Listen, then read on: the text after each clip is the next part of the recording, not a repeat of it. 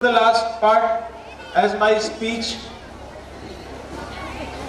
हर बार ये कारवां नया सा लगता है, हर बार ये कारवां नया सा लगता है, हर दिन इस स्कूल में नया सा लगता है। Thanks to my god, thanks to Shiv माता जी के इस प्रोफेशन को, ईश्वर को जो कार्य जिसको कराना होता है उसको वो चुन लेता है। और ये मेरी खुशनसीबी है कि मैं माध्यम बना हूँ एज अ मैनेजमेंट आप लोगों की सेवा करने के लिए, इन बच्चों को आगे बढ़ाने के लिए। 7 साल पहले जब इस स्कूल की शुरुआत हुई थी, उसी दिन से ये vision, mission, quality policy decide हो चुकी थी। कहा जाता है जो प्रकृति होती है, जो नेचर है हमारे चारों ओर, जो नेचुरल चीजें हैं, जो बात हम बोलते हैं वो कहीं ना कहीं सराउंडिंग में गूंजती रहती है। इसलिए जिस तरीके की सोच आप रखोगे, चाहे वो नकारात्मक हो चाहे वो पॉजिटिव हो, वही होता है। आज से बहुत साल पहले, 100 साल पहले जो भविष्यवाणी भविष्यकर्ताओं ने की है वो आज साबित हो रही है। इसलिए हमें अपनी सोच को हमेशा पॉजिटिव रखनी चाहिए। और कोई बच्चा खराब नहीं होता, इस बात को समझ लीजिए। आप ईश्वर, अल्लाह, खुदा, भगवान को मानते होंगे। अगर उस भगवान ने, ईश्वर ने, खुदा ने आपको बनाया है, इस बच्चे को बनाया है, तो उसकी बनाई हुई कोई भी चीज खराब नहीं है। अगर कहीं दोष है तो आपकी सोच में है, और जिस आंखों से आप उस बच्चे को देख रहे हो वहां पर कमी है। आपके परिवार में एक बच्चे का जो भी उम्र हो, कभी आप नोटिस करो कि उसका अपनी बहन के प्रति अलग व्यवहार रहता है, दादी के प्रति अलग रहता है, फादर के प्रति अलग रहता है, मदर के प्रति अलग रहता है। ये बच्चे एक मिरर की तरह होते हैं, शीशे की तरह होते हैं। जिस तरीके का व्यवहार, जिस तरीके का रिएक्शन आप बच्चों को दें, रिफ्लेक्शन में आपको वही मिलेगा। हम कहते हैं, हमारे बड़े बूढ़े कहते हैं कि इंसान गलतियों का पुतला होता है, इंसान से गलतियां होती रहती हैं। तो और ये भी कहते हैं बच्चे भगवान का रूप होते हैं। तो जब बच्चे भगवान का रूप हैं तो वो गलत कैसे हो सकते हैं। अपने बच्चों को अच्छा संस्कार दीजिए, उन्हें सच पर सच बोलना सिखाइए। अगर कुछ गलत हो रहा है तो उस गलत को आवाज उठाने का जज्बा उनके अंदर पैदा करिए। मुझे नहीं पता कि आप लोगों ने इस स्कूल के नाम के नीचे एक टैगलाइन है, इनकलकेटिंग एथिक्स एंड वैल्यूज, कभी उसको ध्यान से पढ़ा या नहीं पढ़ा। मैं आपको आज, आप देखिए इस स्कूल के नीचे जो टैगलाइन दी हुई है, inculcating ethics and values. Inculcating माने पैदा करना। जो चीज पैदा होती है वो नेचुरल होती है। जिस तरीके से एक बच्चे का जन्म 9 माह अपनी माँ की कोख में रहता है, वो पैदा हो रहा है, तो एक नेचुरल प्रोसेस है। एक जमीन में आप बीज डालोगे तो वो जो पेड़ निकलेगा वो एक नेचुरल प्रोसेस है, वो एक चीज पैदा हो रही है। तो यहाँ पर इनकलकेटिंग एथिक्स एंड वैल्यूज आज की सोसाइटी में, इस नेगेटिव एनवायरनमेंट में बहुत जरूरी है इन चीज़ों को पैदा करना। क्योंकि अच्छी शिक्षा लगभग सभी स्कूल प्रोवाइड कर रहे हैं, कोई स्कूल अपने स्तर पर कम नहीं है।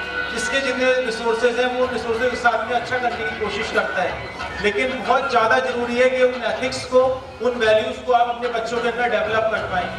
आज आप सोसाइटी में देखिए कितने पढ़े लिखे लोग जो बहुत अच्छी अच्छी पोजीशंस में हैं, वो लोग उन चीज़ों का मिसयूज कर रहे हैं। लोग करप्ट हैं, बहुत सारे पीपल करप्ट हैं, क्राइम इतना बढ़ गया है, ये सब चीज़ें हैं। तो कहीं ना कहीं उन्होंने एक अच्छी शिक्षा हासिल करी, अच्छे स्कूल में वो गए होंगे, लेकिन कहीं ना कहीं उनकी एथिक्स और वैल्यूज कमजोर रह गई कि वो एक अच्छे ओहदे के बाद भी अपनी डिसीजन मेकिंग को इम्प्रूव नहीं कर पा रहे हैं। मेरा ऐसा मानना है कि अगर आप मुस्लिम धर्म से हैं, अगर आप हिंदू धर्म से हैं, अगर आपका बच्चा अल्लाह अकबर बोलता है और एक हिंदू का बच्चा जय श्री राम बोलता है, तो उसके अंदर स्पिरिचुअलिटी आनी चाहिए, अध्यात्म आना चाहिए।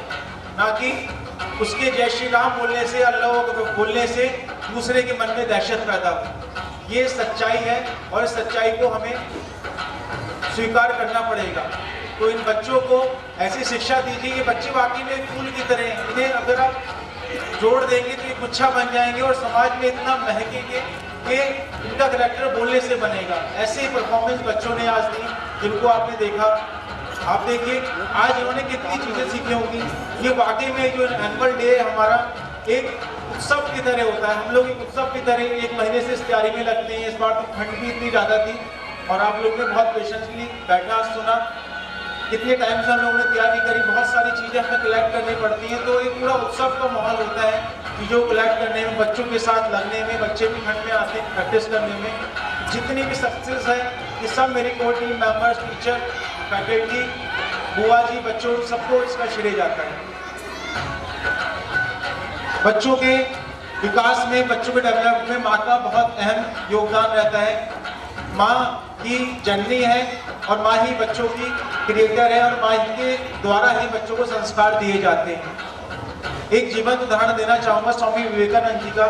स्वामी विवेकानंद जी एक बार शिकागो गए थे और शिकागो में वहाँ पर जो उनके फॉलोअर्स थे, वहाँ पे जो भी उनके साथ में डिफरेंट कंट्री से डिग्निटरीज आए हुए थे, तो वहाँ पर उन्होंने बोला एक स्वामी विवेकानंद जी से कि मुझे आपके देश के बारे में, कंट्री के बारे में पता लगा है कि वहाँ पर जो घर की महिलाएं होती हैं वो बहुत सिंपल तरीके से रहती हैं, घर के काम काजों में लगे रहती हैं। जो भी जनरल वर्ष होते हैं वो लोग तो कहीं जॉब ही नहीं करते, वो लोग देश की इकोनॉमी में पुस्तक भी नहीं करते। तो उस तरीके से स्वामी विवेकानंद जी ने हंसते हुए उनका जवाब दिया कि हाँ, आपको ऐसा सोचने में लगता होगा, लेकिन मुझे तरस आता है आपके देश के बच्चों पे।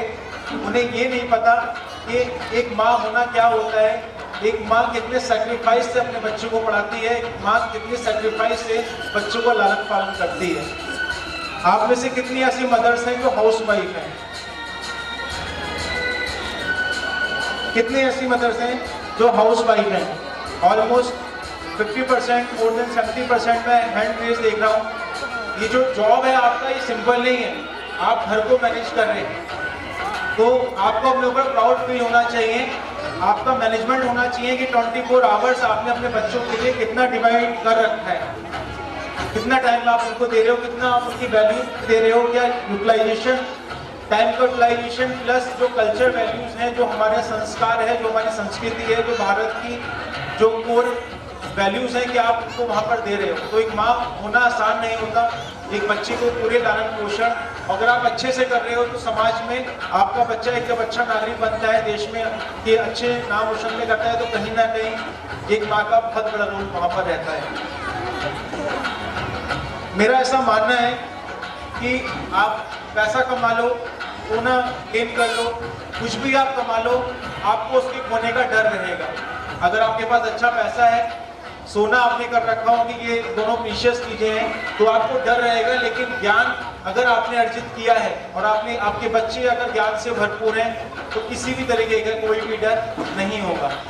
और ज्ञान एक ऐसी चीज है कि जब जितना आप उसको बताओगे दूसरे को, आप करोगे, तो वो उतना और बढ़ेगा, वो घटने वाला नहीं। तो ज्ञान के लिए और नॉलेज, अपने बच्चों को जो भी आप रिसोर्सेज प्रोवाइड कर सकते हैं, जो भी आप अपने बच्चों के ज्ञान के लिए खर्च कर सकते हैं, जो भी पैसा आप कर सकते हैं उनके फ्यूचर के लिए, तो उसको इन्वेस्ट करिए। बच्चों को एक अच्छी बुक्स का रिकमेंडेशन करिए। हर दूसरे तीसरे महीने में मार्केट से जाकर के इतना छोटा सा काम आपको करना है कि बुक्स ला करके दीजिए, ताकि बच्चे की रीडिंग हैबिट्स बढ़े। और बुक अगर इंग्लिश की हो तो वहाँ से उस बच्चे को सेंटेंस मेकिंग आएगी। बहुत सारे पेरेंट्स की प्रॉब्लम रहती है कि इंग्लिश इंप्रूवमेंट नहीं हो पा रही है। ये सब चीज़ें तो आप बुक्स ला करके दीजिए बच्चों को, और उसके बच्चों को रीडिंग की हैबिट डालिए। क्योंकि मेरा ऐसा मानना है कि किताब के अंदर किसी व्यक्ति का अनुभव होता है। अगर कोई व्यक्ति किताब लिखता है, कोई राइटर किताब लिखता है, तो उसके अंदर उसके पूरे जीवन का सार होता है, पूरी लाइफ की लर्निंग होती है। अगर बच्चा वहाँ से उस चीज़ से कुछ भी सीख पाया, एक सेंटेंस, एक वर्ड या फिर कुछ भी सीख पाया, तो वो उसके कैरेक्टर में बहुत आगे उसको फ्रूटफुल रहेगा। बोलने के लिए बहुत कुछ है, लेकिन ठंड बहुत पड़ रही है। अभी मैं शायद तालिब जान को बोलूँगा तो आपके हाथों में भी। मैं आपको बता दूं, पिछले 2 दिन से काफ़ी तबीयत खराब है मेरी। इतने इंजेक्शन शायद नहीं लगे, 2 इंजेक्शन परसों और 2 इंजेक्शन कल भी लगे, लेकिन मेरे इनके लेवल काफ़ी में डाउन नहीं है। अभी भी एब्डोमिनल पेन हो रहा है, लेकिन इन बच्चों को देख करके और आप सबको देख करके, इन चेहरों को देख करके ऊर्जा बनती है। कोई भी कार्य आप करो, चाहे आप अच्छे के लिए करो चाहे बुरे के लिए करो, सबसे ज़्यादा प्रभावित करने वाली आपकी सोच रहती है। सारे काम आप दिन भर में जो करते हैं वो अच्छे नहीं होते, सारे काम आप जो दिन भर में करते हैं वो गलत नहीं होते। लेकिन डिपेंड ये करता है कि जब आप गलत काम को कर रहे हो तो वहाँ से जो आत्मा से एक आवाज़ आती है कि नहीं ये गलत है और मुझे फिर से इसको नहीं करना है, वो एक बड़ी बात है। इंसान के अंदर देवता भी है, इंसान के अंदर दैत्य भी है। डिपेंड आप पे करता है कि उस दैत्य को कितना दबा के रखते हो और अपने देव जो हमारे अच्छे पॉजिटिव थॉट्स हैं उसको कैसे आप अपलिफ्ट करते हो। It's all depend upon you. ये विजन, ये मिशन शायद जिस दिन मैंने लिखा था तो वाकई में शायद सिर्फ एक परिकल्पना थी कि इस तरीके का एक वातावरण होगा। 4 कमरों से इस स्कूल की शुरुआत हुई थी, मुझे आज भी याद है। प्री नर्सरी क्लास पे टीन शेड था। तो ये जितना भी आज एक पॉजिटिव इन्वायरमेंट आप आनंद स्कूल में देख रहे हैं, इन सब में आप लोगों का बहुत बड़ा रोल है। और मैं आपको बता दूं जो मेरा विजन है 2025 to such a level that is an equal partner of national education system. आज हमारे स्कूल के बच्चे नवोदय तक में सिलेक्ट हुए हैं। जो नवोदय स्कूल है वहाँ पर भी हमारे स्कूल का बच्चा वहाँ पे एडमिशन हुआ है। और जहाँ पर रामपुर लेवल पर, जहाँ पर जितने भी ब्लू चिप स्कूल में किसी का नाम ले लूँगा, जहाँ पर वो बच्चे परफॉर्म करते हैं वहाँ पर हमारे बच्चे भी परफॉर्म करते हैं और बहुत अच्छा वहाँ पर नेम एंड फेम गैदर करते हैं। इस चीज़ के लिए मैं आप सभी के लिए थैंकफुल हूँ, पेरेंट्स के लिए भी, टीचर्स के लिए भी। बच्चों में आज आप लोगों से बात करना चाहूँगा, बहुत इम्पोर्टेंट है आप लोगों के लिए और ये बात आप सब लोगों को भी करना चाहिए, अपने पेरेंट्स को बताना चाहिए अपने बच्चों को। बच्चों हमारी सुन रहे हो आप लोग मुझे? यस और नो? यस और नो? हमारी बॉडी जो होती है उसमें 3 ऐसे नाजुक पॉइंट होते हैं जिनको टच नहीं करना चाहिए। इसको लाइफ टाइम रिमेंबर रखना है आपको, ठीक है? First chest, second mid of the leg and third bottom of the leg, ठीक है? हमें किसी को टच नहीं करना है। इवन जब हम डॉक्टर के पास जाते हैं तब भी अगर हमारे मदर फादर वहाँ पर प्रेजेंट हो, उस कंडीशन में वो डॉक्टर वहाँ पर चेक कर सकता है, ठीक है? चिल्लाना आता है आपको? चिल्ला के दिखाओ जरा। ठीक है, जब मदर फादर या डॉक्टर के अलावा कोई भी इन पार्ट्स पे टच करेगा तो क्या करना है? ठीक है बच्चों? और सब बच्चों को अपना एक बॉडीगार्ड चुनना है। बॉडीगार्ड समझते हो? बॉडीगार्ड कौन होते हैं? मेरे बॉडीगार्ड मेरे पापा, ठीक है? आपके दादी बाबा कुछ भी हो सकते हैं। और उस बॉडीगार्ड जो होता है, बॉडीगार्ड वो होता है जिस पे आप ट्रस्ट रखते हो, ठीक है बच्चों? यानी जिसको अगर आप अपनी बात बताओगे तो वो आपकी प्रॉब्लम को समझेगा, ठीक है? चाहे वो पापा हो, मम्मी हो, दादी बाबा हो। और कभी भी अगर कोई भी टच करता है तो पहले क्या करना है? और सीधे उस बॉडीगार्ड के पास जाना है और उसको बताना है, ठीक है? ये छोटी छोटी चीजें जो आज की सोसाइटी में अगर इस नॉलेज को हम बच्चों को दें तो कितना क्राइम बच सकता है। लेकिन हम लोग कहीं ना कहीं इसको खुले मंच पे बात नहीं करते, लेकिन बताने का तरीका आना चाहिए कि बच्चे उस चीज़ को समझें और उसकी सेंसिटिविटी को समझें। ये मेरी फैमिली है, यहाँ पर मैं कुछ भी डिस्कस कर सकता हूँ। आप सब लोग मेरा परिवार हैं। अभी लास्ट 6 मंथ 7 मंथ में मैंने कुछ नेगेटिव चीज़ें ऑब्जर्व करी स्कूल के अंदर, जैसे कि गार्ड भैया से बदतमीजी, टीचर से जाकर के बहस करना, और भी बहुत सारे ऐसे इंसिडेंट हुए। टीचर से आप लोगों ने बीइंग अ पेरेंट कुछ भी बोला हो, चाहे निगेटिव हो, हार्शनेस हो। देखिए मैं आपको एक बात बताता हूँ, ये जो टीचिंग प्रोफेशन है ये बहुत नॉबल प्रोफेशन है और आपके लिए आपके 1 2 3 4 बच्चे होंगे, लेकिन हम लोगों के लिए पूरा स्कूल है। अगर हम कोई भी डिसीजन लेंगे तो हम आपके अकेले बच्चे के लिए नहीं लेंगे। We are taking decision for whole school, for the betterment of whole school and for the safety of whole children. अगर आपको कोई भी प्रॉब्लम है, निगेटिविटी है, तो आप आइए मुझसे लड़िए, स्वागत है, मैं आपकी बात को सुनूंगा भी।